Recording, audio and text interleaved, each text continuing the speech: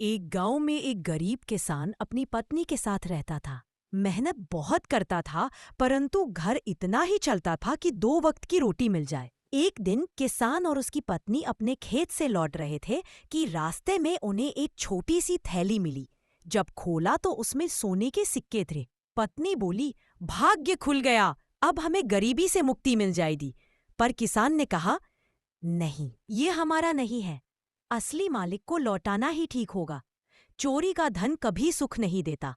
दोनों सिक्कों की थैली लेकर गांव के तेली मालिक के घर पहुंचे। वह गांव का अमीर और थोड़ा घमंडी आदमी था।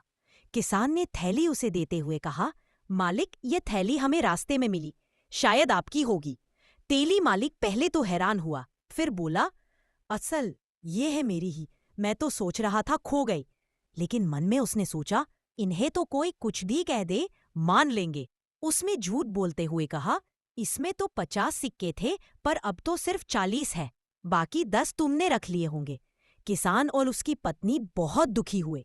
किसान बोला, हमने एक सिक्का भी नहीं रखा मालिक, हमने तो जैसा पाया वैसा ही लौटा दिया। गांव के लोग ये सुनकर इकट्ठा हो गए। सबको पता था कि किसान बहुत ईमानदार है। पंचायत बैठी और तेली मालिक से पूछा गया। पंचायत ने फैसला दिया, अगर किसान ने 10 सिक्के रख लिए होते तो वह थैली वापस क्यों करता?